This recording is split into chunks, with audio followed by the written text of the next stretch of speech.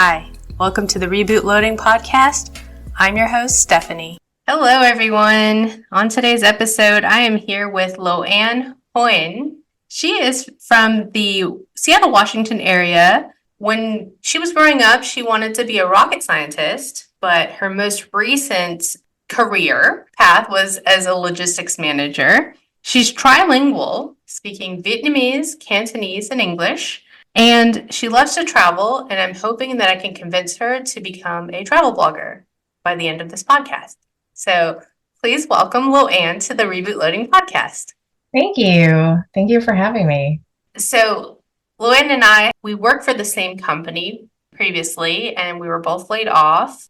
The layoff was unfortunate, but right around kind of like six months beforehand, I had a family member, my aunt, who received like a cancer diagnosis, and I became her primary caretaker. And so honestly, the layoff kind of came at a great time. Like it ended up being a blessing in disguise because I could focus full time just taking care of her. And it was literally for like 3 months, every day there was an appointment. And it felt like, and anybody who's ever had a family member that's ill or, is in like the healthcare industry, I'm sure feels the same way. You are doing like a second job on top of your day job.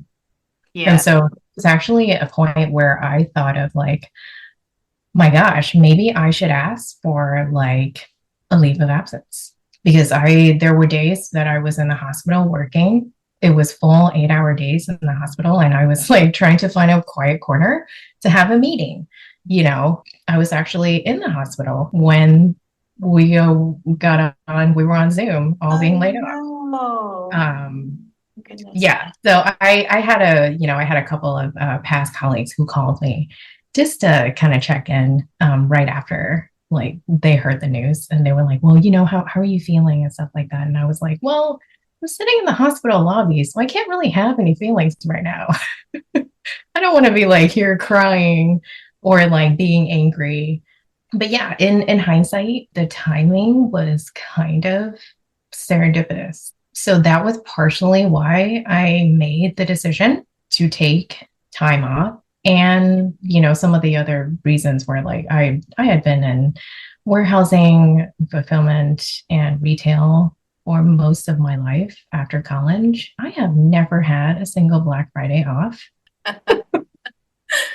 Well deserved. You had the opportunity to care for your aunt, and that is great. Is she okay? Yeah, she's doing awesome. She is, fortunately, probably in the top percentile of like kind of cancer reaction that you would want. Like she barely lost any hair. She never really kind of felt tired through like chemo treatments, and she was stage 3. So by all accounts, because there's kind of like that 5-year mark. They don't like to say that you're in remission or you're quote unquote cure until you kind of pass the 5 years. So, by all standards, she's doing really well, and she's in other treatments now, and it's not every day; it's every 2 weeks. I truly had never like fully 100% understood the, when people say like, oh, I should have listened to my mom when she told me this. Like, I appreciated her so much when she told me to just save and save for whatever it is that can happen at any second. I had been at the company for 5.5, almost 6 years. And, it was a small, tight like group of people when I started, and it grew to almost like 500. I think I was employee 60 something when I started. And it was a great small startup environment. And it was some of my best years. We had so much fun. So I, in the back of my mind, maybe naively kind of thought like, I don't know, maybe I have a little bit of job security here. And I didn't really have to like worry about this. And my sole job was just to make sure that the people that were laid off found places, or that I could connect them to people. There were 3 people on my team that was affected as well as me. And for probably about a month or 2 afterwards, all I was focused on was like, what can I do for you? Put me down as a reference. Who do I need to talk to? How do we get you into a job. Like I had people who called me and they were like, this is so tragic. I thought this would never happen. I can't look at my kid right now. I don't know what to do. I had someone who lost access to be able to even attend the meeting where they were told that they didn't have a job anymore. So I had the great pleasure of telling them that they didn't have a job anymore. After you were also told that you didn't have a job. Yep. Yep. That's called a trooper right there because you basically were doing your job even though you were also eliminated. And Yeah. kudos to you on that one. It was probably about 12 stages of emotions for me and I'm sure everyone else. Yeah, you cycle through those pretty quick, right? Some days I was like, okay, everything's gonna be fine. And then the next day, maybe in the next hour, I'll be like sobbing and everything's ruined and I don't know what to do with Yeah. my life. And obviously that's kind of how this podcast came to mind because it started off with what do I want to do? Which direction do I want to go into? Where do I see myself? And I found myself as a grown adult trying to figure out what I want to be when I grow up. So I've had to rethink a lot of things to see there's not one singular path that we're going to go. And No, career is not linear. mhm. And there is really no such thing as like taking a step back, like either. When I was a hiring manager and I probably interviewed upwards of 100, 200 people in my lifetime at the previous company.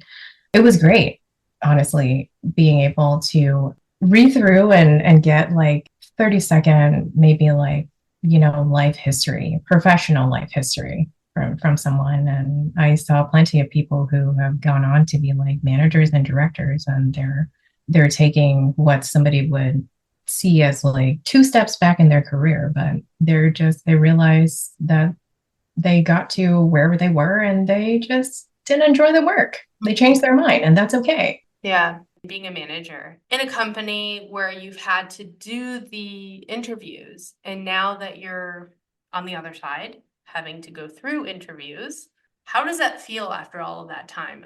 Yeah.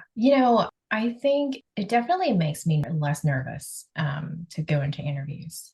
And I think it's partially that I've been on quote unquote the other side of looking for jobs, but also the working from home aspect have gotten me used to talking to people in a square. Mhm. So it's honestly something about that. Practice makes perfect. I can make a friend out of anybody anywhere.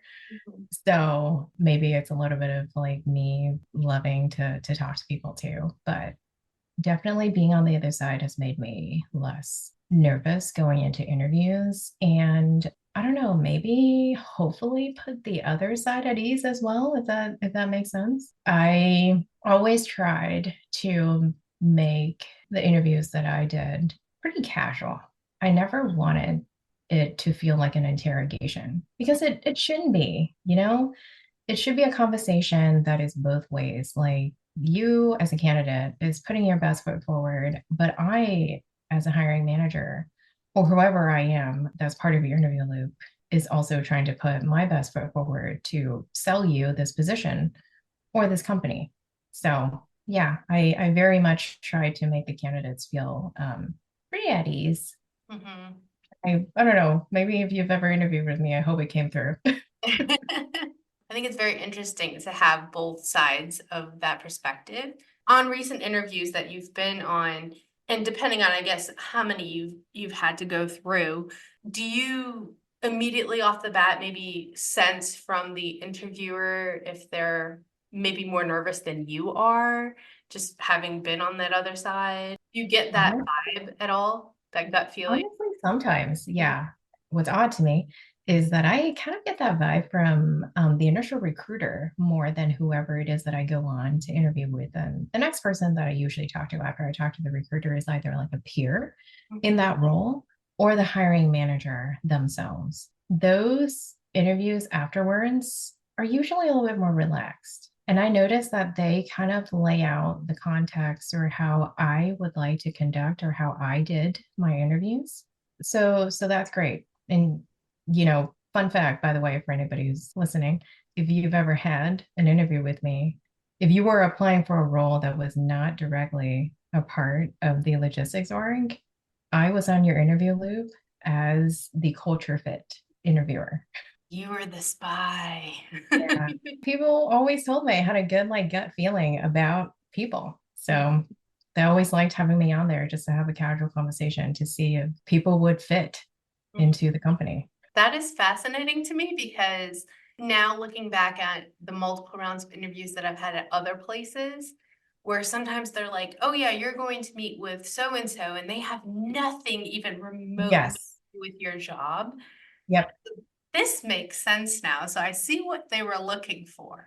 I thank you for that little tidbit of info. I always liked to give about a 3 minute kind of like intro and context whenever I started interviews. And it was always, hey, my name is this, and here's what I do. And we're together for 45 minutes, and I'm probably going to spend the majority of that asking you some questions, but I want this to be very casual. So at any time, if you want to ask me anything, just stop me. But no matter what, at the end, you get to ask me whatever you want. Nice.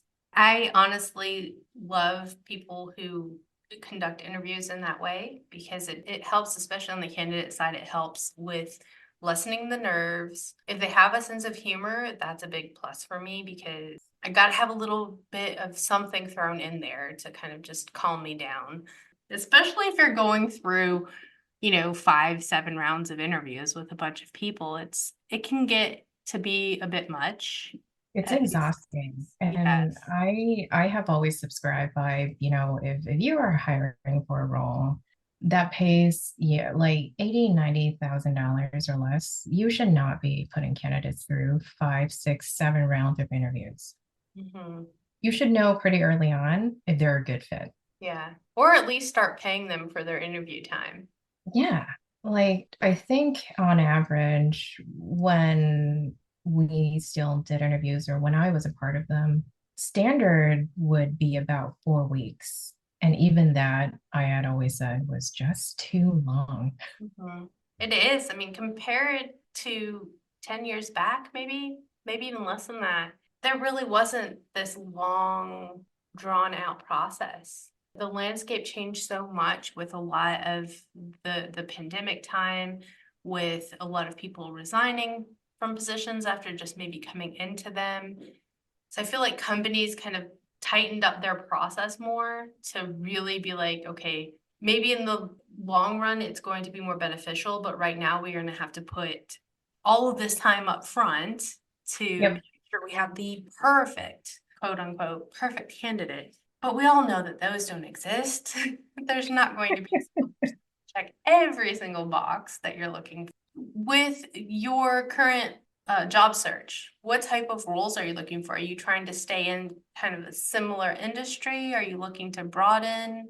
Yeah, that's a really good question. Honestly, it depends on the day. That question. Fair enough. Sometimes I get really frustrated because, sometimes like supply chain and logistics can seem very, very specialized and old school. And then some days you realize there's still a lot of fun to be had. I would love to possibly get into program management. There is a whole part of like the manufacturing production side of supply chain that I have not really had the pleasure to be a part of. And I would love to explore that, honestly. I, kind of fell into the logistics industry. And honestly, I don't know. When I was going to college, had they offered a supply chain major, I don't know that I would have taken it because it's not really a sexy major, No, not by any means. Yeah, I feel like I kind of fell into the industry like a lot of people. There's still a lot to be learned. So I'd love to stay in it and expand. I don't feel like I want to work myself up to be like director at this time or anything like that. So just kind of looking at similar industry, but maybe just a different angle of it. Yeah. Don't get me wrong, I love people management. I had an incredible team. And honestly, if I ever had an opportunity to like be at a company and they said, hey, you can hire 10 people, do anything with you want. You can hire anybody. We don't need to vet them. I am calling every single person that was on my previous team to Mhm. like coach them. But yeah, I love that. And so I have had that experience. So now I want to do something new. I don't necessarily want to say that like I get bored easily, but I kind of do. I kind of always want to be doing something different and I always want to be learning. So what I have noticed about my career trend or record is that I tend to stay in a function or a specific job for about a year or two, and then I try to find something different. I mean, Yeah. I would say that's pretty normal these days because I remember back in my day, um, there it was like, okay, you want to stay in a job for, ever, right? You want to retire there. That's kind of how when I was growing up, that's what I saw my future as. I have to figure out what I want to be, and that's where I'm going to go, and that's where we're going to stay.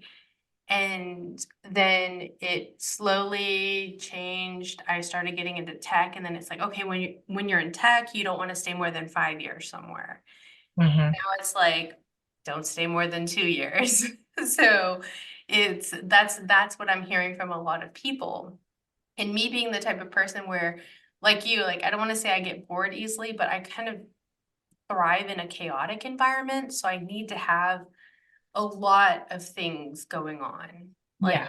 give me a lot of things to fix, and I'm happy. So I get what you're saying there. And I do feel like in logistics, you do have a lot of that. There is a lot to be improved on. There's a lot to be that could be done if you're that type of person where you're wanting to come up with new ideas and those sort of things. It's definitely a good field to be in. So another question for you is startup versus not. Is your heart with the startup company, are you not jaded from that environment now, or are you willing to maybe go and be a bigger part of a bigger C? If you had asked me that question in like December or January, I would have been like, no way, no more startups. I don't have the energy. And that was I was just burnt out from the previous job. And the previous job kind of it had its quirks. And in the end there, I felt like it just had turned into not what I signed up for. And that's not necessarily a bad thing. One of the previous directors that I have worked with, and, I love her. She used to always say that every company is a shit show. You just have to find the right shit show for you. Um, She's and a I, 100% correct. yeah, I just love that. And I always remember, I always have that in the back of my mind. I am a sucker for a small group of people with a bright idea. So I have always been partial to startups because like you, I do also thrive in the chaos. I don't enjoy the part of waking up and knowing what I will be doing for 8 hours, weeks on end. Mhm. I like some different. I like my days to look different from yesterday. Yeah. I think it also allows you to keep growing. Just as humans, Totally. looking to move forward, we're always looking to try to learn new things. I love laying out the foundational work and then quote unquote once my job is done, I kind of move on to the next project. I don't like to stay anywhere too long, but that's kind of contradictory because you look at my resume, I've only ever been at like two companies and that doesn't count the odd jobs that I did like in college or in high school, right? The full-time jobs, I've only ever been at two companies. So I like to stay if the company invests in me. Mhm. Yeah. It has to be a mutually beneficial relationship, just Yeah. like any other relationship, right? If Yeah. you're not getting anything out of it, or if it's no longer serving the same purpose for you, you have to move on, or you just have to say no. I've been talking to a lot of people who pretty much have left out of just corporate environment and just started to go and find their passion. Speaking of passions, I told you I'm gonna try to convince you to become a travel blogger, but I know that you like to travel, and that's kind of one of outdoors. You want to be outdoors, you want to see the stars, you want to go hiking. I mean, you're one of those people. Yeah. I love doing like day trips and being a tourist around my own city. I recently woke up one morning on a Monday and packed a duffel bag, and I just kind of said, I'm going to get in the car and I'm going to drive south and decide while I'm driving where I want to go. And I ended up in Bend, Oregon, spent a Oh, couple wow. days there. And then I decided I was done there and I drove out to the coast and spent a couple nights there and then went home. So it was a great week. That's awesome. And, I had always wanted to do that, right? And I had always wanted to be able to like do a popular hike in the middle of the week or go to my favorite restaurant during the week when I didn't need a reservation. I spend my time wishing that, like, whenever government interest rates were low, I should have bought a patch of land and like opened an animal sanctuary and rescue like old animals so they can live out their best like last years. That's probably honestly my dream job. They'll do If it. I somehow can make travel blogging happen now, that's also great. But yeah, I haven't been on an international trip in a few years, and honestly, I'm due for one. But yeah, What's your favorite place that you visited? probably Thailand. I get anxious about missing out on things. So whenever I put in for a 2 week vacation and I'm like, I'm gonna go somewhere in Asia, we end up going to like three different countries and we just country hop, which is great because then you can, you can experience a lot of things, but it's also really exhausting because you're spending half your time on planes, flying from one place to another. And what an incredible like time. The people were awesome. The food was awesome. I travel to eat. Seeing things is nice. You can do a travel food blog. I could do that. I've never really thought about that. Yeah. Where's your favorite spot for food? It could be international or otherwise. In my hometown of Seattle, if anybody ever comes and visit, there is a great little homegrown Italian restaurant down at the Pike Place Market. It is in an alley. It is called the Pink Door. There is no sign whatsoever outside the restaurant. It is literally you walk down the alley, and there are like bars and restaurants, and then you see a pink door. That is the place that I take everyone when they come to Seattle to visit. And my favorite dish is a clam linguine. I think they do the best ones there.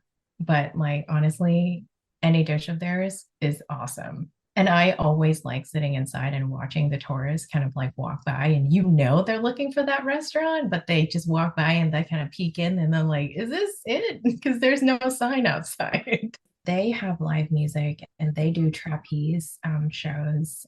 Oh, It is wow. such an incredible spot. You and I are working out a travel food blog plan as we speak I'm just on the saying, podcast. and then you can be back on the podcast talking about your traveling and how you are now an entrepreneur with your own travel things going on. So I'm manifesting it for you. Well, I'm thank putting it you. out there. Yeah, it's going to happen. We don't know in what way or form it's going to happen, but it's going to happen. Just be on the lookout. And granted, you may want to go back into some sort of management since you did that before, but I would really highly suggest the food route or the travel route. I think maybe some months from now, if going back into corporate doesn't work out, maybe I'll go back to school and finally become a rocket scientist. Hey, I'm all for it. I'm all for it. Either that or, like you said before, like having the animal sanctuary.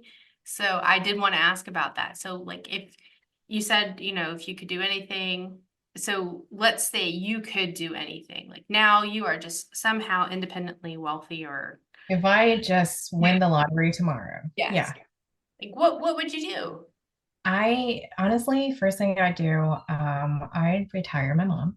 She's been a single mom most of like my brother and I's lives, and so she's she's pretty close to retirement. But even if she wasn't, I would love to do that for her. I have just seen her work so hard, and I always tell people I'm not scared of anything or anyone except for my mother. Um, Oh my gosh, I would it's love to weird. talk to her.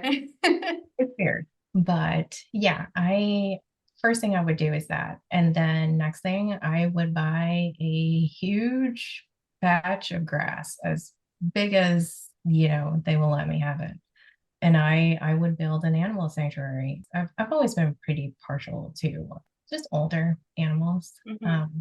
And, especially ones that have had a rough life, especially farm animals that are bred to Mm-hmm.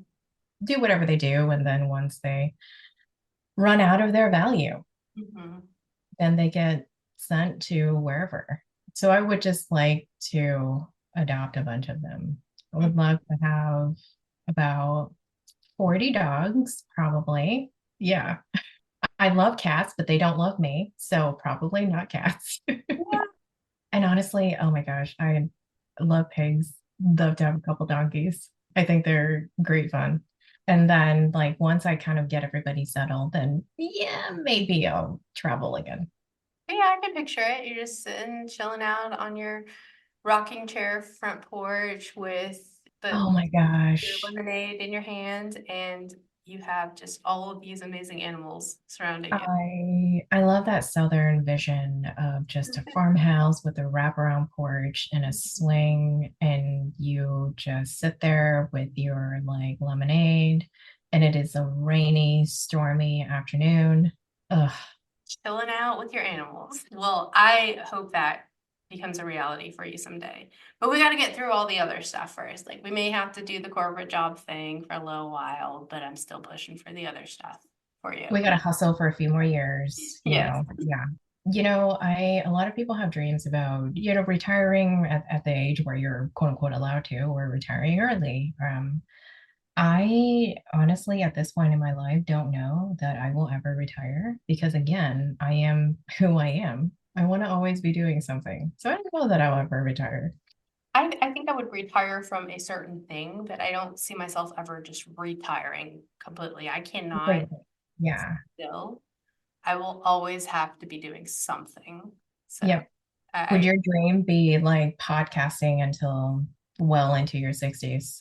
yes, I would love to do Perfect. this and just meet a ton of different people. I actually, what is so funny is when I was in high school, I was a little bit obsessed with some boy bands back in that time. Uh, who wasn't? Who was your favorite boy band? At the time, it was in sync. So I Backstreet would, Boys for me. oh no. But I've been to a lot of Backstreet Boys concerts as well. So I'm not saying, anything was wrong with them. It's just I fell in love with NSYNC and I had the opportunity to meet them on Incredible. the back in the day, it was the Rosie O'Donnell show. And Uh, so I after that I was like sitting with my friends and we're like, I was like, I would really love to be a talk show host. Like just interview people and talk to people and just get to know people. Like it didn't even have to be necessarily celebrities, yes. but it was something that I wanted to do. And we sat down and we made a list. And I still have that list somewhere. I still have to find it to make sure, who was on that list because Yeah. some of them might not even be around anymore. I don't know. It's just been so long. But yeah, and it's just when I came up with this idea, I was just like, I don't know what I'm doing, but we're gonna try it out. And And look what you're love it. doing. I absolutely love it. And it's been such a joy for me to do this. But if I could like just retire and do anything, I probably would do this. Like just sit, chat with people, get to know them, kind of bring their stories out and get allow other people to get to know them as well. So having that platform to let people speak and talk about career Yeah, stuff, uncertain things, whatever. So I love that. Okay. Who, dead or alive, who would be your, like, doesn't even have to be the top one, maybe within the top three people that you would love to chat with? let's see. And maybe it's on that list that you need to dig up It in probably some is. way. I know at one point, I did want, I don't even know if you know who this is, but Boy George from an 80s, Hmm. million. Just saw him in concert last year here. And I did want him to do my makeup. Like, I really wanted him to just, especially my eye makeup. And I tweeted that out one day years ago, and he actually retweeted it and followed me on Twitter. And I was just, oh my gosh, it was just the best day ever. This is like being asked on the spot, during onboarding. Tell us a fun fact about yourself, and everybody's mind goes blank immediately. What? And you just immediately become the most uninteresting person in the room. It's so true. So true. Really, honestly, Betty White was someone that I really wanted to meet. My Me grandmother too. loved the Golden Girls. So I grew up watching Golden Girls. I've actually gotten my kids into Golden Girls now, and my teenagers, and they like the show. I mean, it's hilarious. But Betty White was always one of my favorites. And as she got older and she would be in some movies like The Proposal, Hmm. hilarious. But yeah, when she passed, I was like, no. Yeah. I so I name all of the cars that I have ever driven. Uh-huh. Uh, my current car is a white Forerunner, and I named her Betty White. Oh, that's so cute. Because kind of wild and like me, and Betty White is such a like I want to be her when I grow up. I think my top would probably be Anthony Bourdain. Oh, yes. Mm-hmm. Yeah, he actually kind of majority, if not all of it, he kind of inspired all of my travel and Mm. eating. Yeah, there was this, kind of famous quote of his, and I'm totally gonna butcher it, but basically he talked about just kind of like the heart and soul of traveling and humanity is being able to share Mm-hmm. a plate of food with anybody anywhere. And then all of a sudden, no matter what, you know, his like cultural, political background you are, no matter how different you are, all of a sudden you have something in common, Mm-hmm. and in something as fundamental as food. Mm-hmm. So true. But yeah, so that was devastating for me. Loyan, thank you so much for joining me for this episode. I've really enjoyed talking with you and getting to know more about your passions and things that you would love to do. But I do wish you the best of luck in your next job, your next career path, all of those things. And I do want to ask you if you would be interested in rejoining me at any point in time, coming back on, talking about maybe your next new adventure or just any topics that Of course, absolutely. Maybe I'll have a new project I've started, something that will maybe bring in some income next time I'm back. Well, good luck to both of us. We're gonna go on to do great things. Yes. Yes. We're putting it out there, so we're gonna make it happen. So awesome. I'm looking forward to speaking with you again. And again, thank you so much for joining me. If you're interested in becoming a guest on my show, all the information on how to contact me is available in the show notes. Would love to speak with other laid off individuals, mental health professionals, recruiters, business and career coaches, and resume writers. Also, if you're enjoying the content and would like a shout out in an upcoming episode, a link in how you can support this podcast is available in the show notes. Thank you so much for listening, and until next time.